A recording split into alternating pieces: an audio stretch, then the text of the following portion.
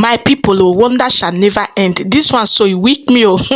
No be small matter, oh. Make una carry una jokote sit down, come lis ten to this one. E don set again.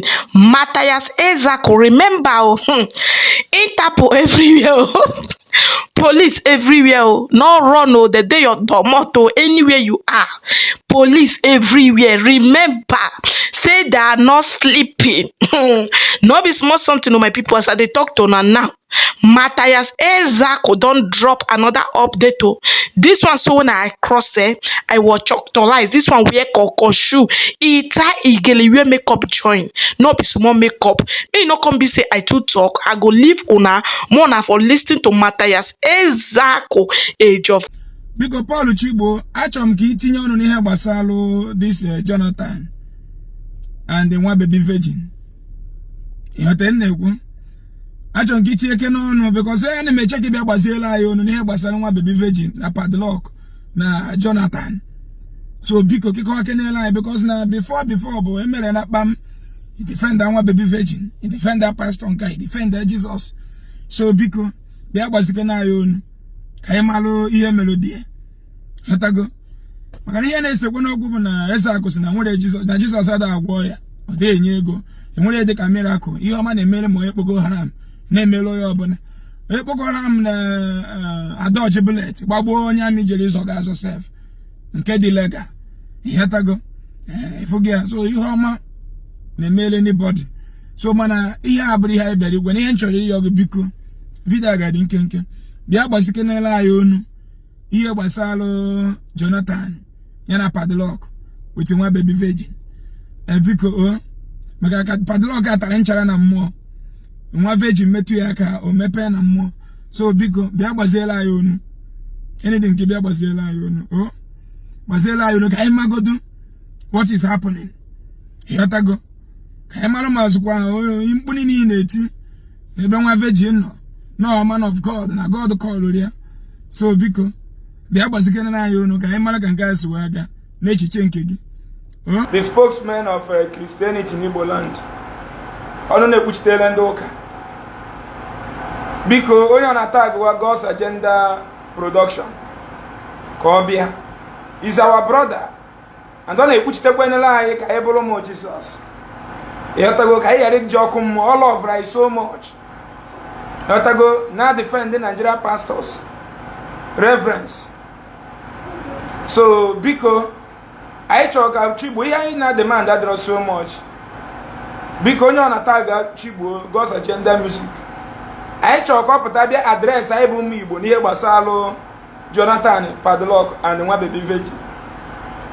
Biko, we need him because now all gbagombo na Igbo rinne to address us, especially in Bosona Ezeaku kwuru na Jesus ada agwọ ya ọ dị address ụmụ Igbo bịa kọrọ m ka di nwe na Jesus Christ si wee jee ozi na Sam na Philippians chapter 10 verse 8 wee sị ndị iro anyị na ha ga-anwụchacha. So kịta na anyị na-ekwuzi nke okwubiri bụ na ya bịa tinye ọnụ na nke a ya bịa mee ụmụ Igbo address ihe gbasara nwa baby virgin na padlock. You go na tag any. I just see a program I make it. Na tag Paul one no ga bia ba kowalu no bia kowalu no. Tag one Paul Chigbo. Maki anyị na anyị na-ekwasị na-asị. Amaghị m ka onye pụtara na gwa gị na Jesus enwere bụrụ onye ọgwọrọ ya. Na mụ agwọgo more than 1000 people nwere fibroid. Isisi kpọta onye gwọgoro mmadụ ka egbuo ma si kwete nke afọ ha anya na Bible kwuru ya. Ịghọtago na edere ya na Bible otu akwụkwọ a dịkịta kpọọ ya Bible ka abụrụkwa Bible na ịma nwa nwafọ Bible na bemo. So amaghị m ka ndị onye fugoro ezigbo ụzọ na Dubai wee kwuo na ezigbo ụzọ mere accident ji reduce na Dubai wee bịa gwuo na asịsị kpụta Ezeaku gbuo na ndị okenye na send accident n'ụzọ Enugu jewere Ọnịcha aga amaghị m ka onye jegbuo China wee fụ na power bank nkịtị nye more than 50,000 people ọrụ na China wee bịa gwa ndị be anyị na onwere onye na-ekechi akara aka mmadụ inweta ọrụ as a graduate ma as non graduate na ife kechiri akara aka anyị bụ na gọọmenti enye ha indọstrị na enweghị Jizọs na-enye ọrụ asịsị kpụta mgbo na Jizọs na-enye ọrụ Iyotago. So mpụta gwa ndị bay na enwere ọya na project. Iyotago na ma agwagọ up to 6,000 people na enwere onye ndụ jere ụlọ ọgwụ ayarifie na emi. Kama na anyị ga-atinye eri ego wee gaa to the proper facility. Maka onye bay nwere ebe ọya ejedobe lab ike iji agwụ ya. Ọ sị na ya dị echesi, ọ bata ọ sị na ọ bụrụ ihe ụlọ ọgwụ. So asịsị kpụta eze ala, mụọ na ebe nsi mejọ unu. Asị kpụta m ka egbo na Jizọs na-agwọ ya na ọ na-enye ego. Sinsi mgbalụ Baịbụl m ọkụ, aka na-enwe n'ego mọ. Iyotago. Sinsi mgbalụ Baịbụl ọkụ, connection ka na-abịanụ, business ka na-abịa. Dangote dị agụ na Baịbụl, nye maka the whole West Africa nwee ego. China dị agụ Baịbụl, ha nwere eproduce phone mụ na gị ji awa ọchụ onwe anyị kịta. Ndị nna nna anyị agụrụ ọnụ Baịbụl, ha produce ofe ọgbọnọ mụ na gị na-eri taa. Were akpa ego bụrụ ọgaranya. Enwe ndị ji isi nri na London taa, isi African food, ihe our ancestor produce wee bụrụ ọgaranya taa na London. Enwe ndị ji wee bụrụ ọgaranya taa na India. Enwe ndị ji isi African food wee na-eriju afọ taa na Dubai. Enwe ndị ji isi ndị Africa wee na-eri nri today na USA na Canada. Enwe ndị ji ile African stuff today, food stuff today wee bụrụ ọgaranya na the Western world. So wee na-ajụ gị, asị na onye nwere Jizọs n'ihe ekọnarịrị ya. Mgbe egwuru na-asị na sọsọ onye nwere gọọmenti ka ihe na-akọnarị, mere ndị nna nna anyị ji wee gwa anyị na mmadụ bụ chi ibi ya. Ọkọkọ mmadụ gakwuru mmadụ ibe ka ọkọ anụmanụ gakwuru ukwu osisi. So kama ndị ụka ga-eduru anyị jekwe gọọmenti bụ mmadụ ka ọkọ anyị ọkọ, eduru anyị jewe desert, which is ebe anụmanụ ese anụmanụ ji akọ n'ukwu isi, na-edujezi anyị na desert.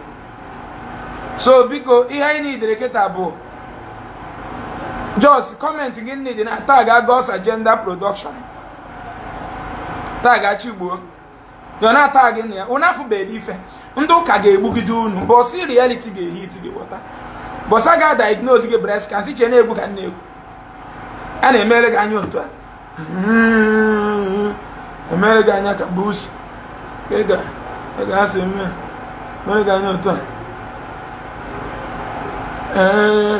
agwọ n'ọgwụ na onye amụma renji ga-anwụ Nwachukwu fire ije nọ ihe a ga-eji wee lụ surgical item eji wee mega operation kupụta gị ime anya otu a anya egbe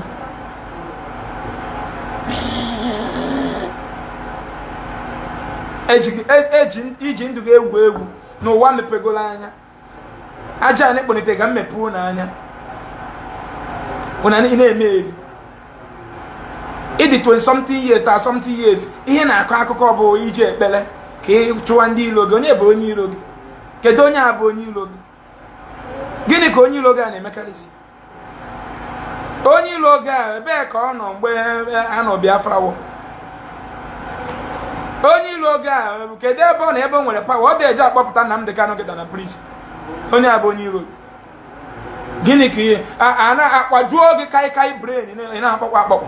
Ịma na Jizọs na Christianity bụ kaikai ka na-akpọ gị na brain. Tete a na-asị gị onye ilo, ị nwere onye ilo, gị were ahịa ekpere bugide ya. Onye iri nwere n'ụwa bụ physical onye ilo. That is why every country na-enweela ndị army na each border. The armed soldiers there is to protect their own country against their enemy, because your neighbor can turn to your enemy.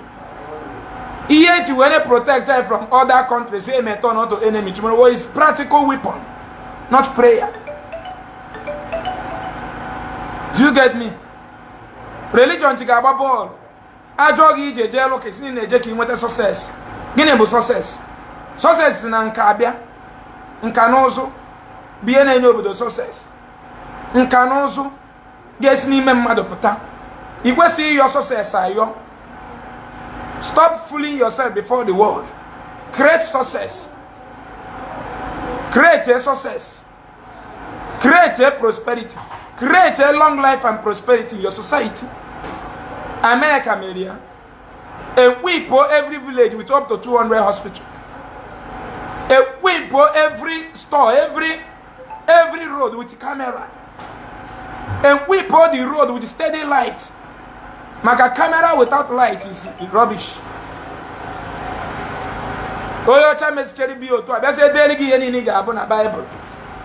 na ị ga-azụ ndị ilo. Kedu mgbe a na-agwa gị na ị ga-egbu onye iro gị n'ime Baịbụl? Mgbe a ka a na-atinyere gị enemiti, mgbe a ka a ga-akọndem mụnwa bụ Ezeaku before you, mgbe a ka eme ka mana ya uncle bụ onye iro gị, and all plan eme ka ị bụrụ slave forever. You can never for a day remember na gọọmenti bụ onye iro gị.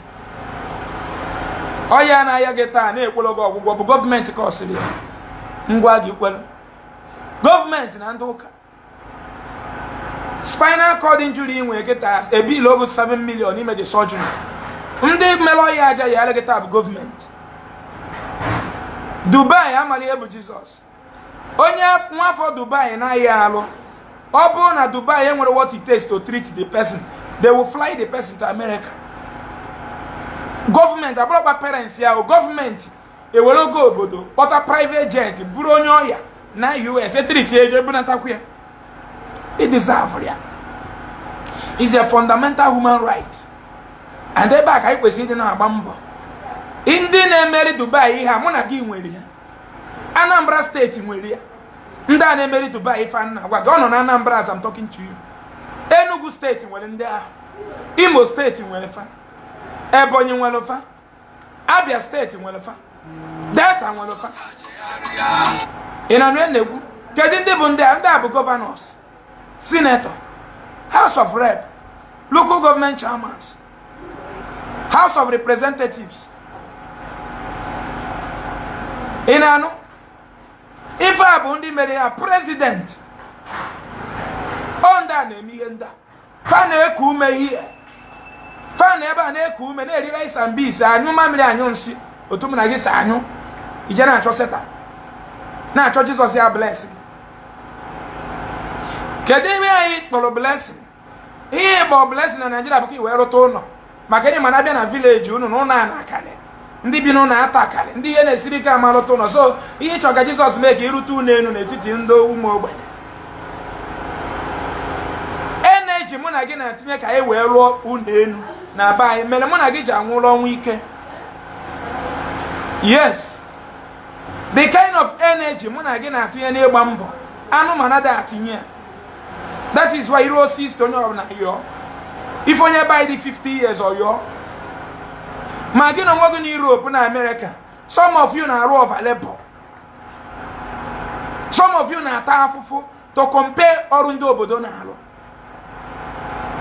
Mana ị ga-afụkwa onye obodo a na-arụ n'ọma ajọ enyi ụlọ, nye time to pay. Ọ na-agba moto na-elive ọfụma. Ọ bụrụ na gị nwa bụ onye ebe anyị bi obodo oyibo na-alụkwa dị samụlụ onye obodo na-alụ, ị ga-enwetakwu ihe ndị a niile m na-ekwu, mana ịma nzunwuzi ndị nọ na Nigeria. So ị nwere double problem. Ị nwere double gịnị problem? Ị nwere problem ụzọ na-abụ, which means nke abroad gị problem, because with normal job ị na-alụ, you can solve abroad problem. Kedu problem ị nwere? Enweghị na onye ga-enye gị ụlọ nye gị 30 years to pay n'Enugu steeti. Ọ dị na Anambra, ọ dịrọ n'Imo, ọ dịrọ na Abia. So ị na-edere ịta afụfụ ka chinchi na Europe ka ị wee rute gị ejirụ one decade. Ọ ya bịa nata ifebe gị na ndị be gị ya. Mana marakwa na gị nwa Jizọs na-emere mmiri akụrụ ịrụta ụlọ na Nigeria. Marakwa na ebibi na UK igoro ego na igoro ya cash n'ịka na-akwụ ụgwọ ya. Somebody na convince gị ka ibelive na nke ịrụtazi na Nigeria bụ Jizọs meelụ gị. Ọ bụ ka o wepụ echiche gị from ịmalụ na afụfụ ka ị na-ata. Maka Jizọs mere onye ọbụla dị happy na Igbo because of Jesus. Maka na a na-agwa anyị okwu na Igbo, ada agwada anyị na ọka Nigeria dị na ndị ụka na-agwa anyị okwu asị na ọka ụwa dị. Fụga asị ekpu ndị be isi. Ha na-asị na ọka ụwa dị. N'otu ụwa dị. Mana anyị pụgo na apụfụ na ọbụla otu ụwa dị. N'ụwa nwere ọkụ. Dubai nwere ọkụ. India nwere ọkụ. Malaysia nwere ọkụ.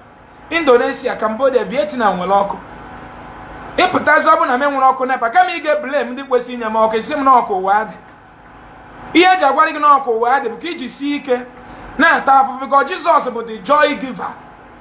Na ndị Igbo na-enwe anwụrị kịta, which anwụrị ndị Igbo na-enwe bụ suffering and smiling bụ Jizọs.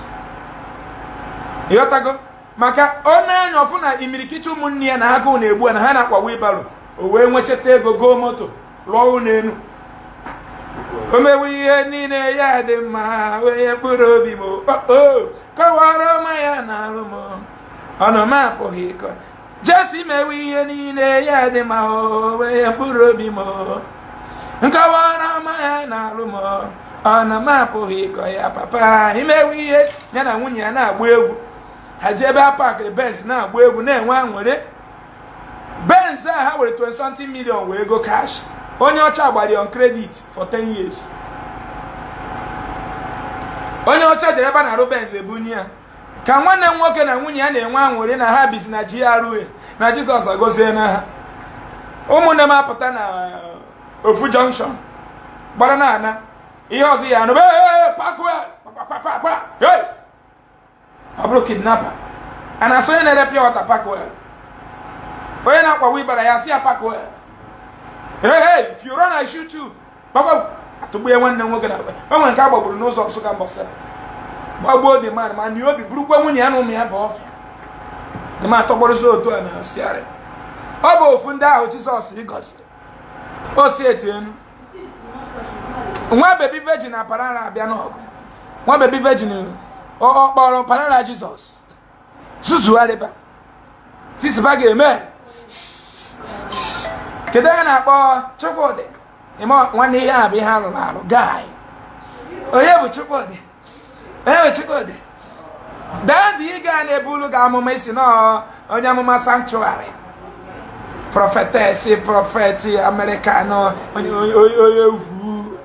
onye hu ịnọ n'isi ndị oke gwuo n'ọnụ n'otu anọbụ m n'isi like you jụọ ese m before ga ask of me na mgbuka mkpọ ebu m chọọchị n'isi ọnwa adoration nwa mbaka ka mbọ eji malụ bosi Buhari win eri m close to 100 and something thousand ama na my downfall ka nne celebrate ofu ya na-eme gị kịta prophet ga na-agwa gị ihe ị chọrọ ịnụ poverty stupidity na-enye gị nsogbu ọkwa ya na mmadụ nwee nsogbu ozugbo o jee kpọọ lọya a petition na-ekwu na onye a ga-akwụ 100 million ego ka onye idiri sef mana ị na-idire n'igwe ụgwọ ya nwere ike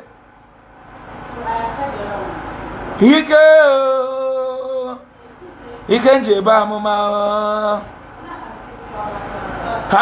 na-efu ọ mara mgbe m nọ n'afọ nne m ebube mbekubeku n'ewu nwanne ifuru ụgwọ na ahịa iji ịgbala mbọ kwụọ ya nwere ebube mbekube na-ekunite kwa ụgwọ ụlọ mana ha eriela gị dese na ịgbaghazi ebe nweta ego ụgwọ na isi na-ekpere ahụ ije last week asị ọ effort ahụ ime eke ka iji nweta ihe ahụ ekpere na Jizọs deprive your human integrity nwanne otu ịbụ mmadụ ihe bụ n'ụwa nọmba 1 ụwa kịta otu ịbụ mmadụ ihe gị nwe finance n'ụwa ihe bụ nọmba 1 first class you have the only finance gị nwa mmadụ ga-enye tikwa ka iwu ọkwụsị with common sense gị nwa mmadụ ga-ekewa osimiri ịgbada na akpa na osimiri gwunye gwuo rọd wụọ ihe ọwụwụ gotie rụọ briji n'elu osimiri moto agbaba n'elu ọgụ ihe bụ first class citizen onye na-agwagwa na enwe spirit nọsọ nwe ya ka gị ka onye a bụ onye oshi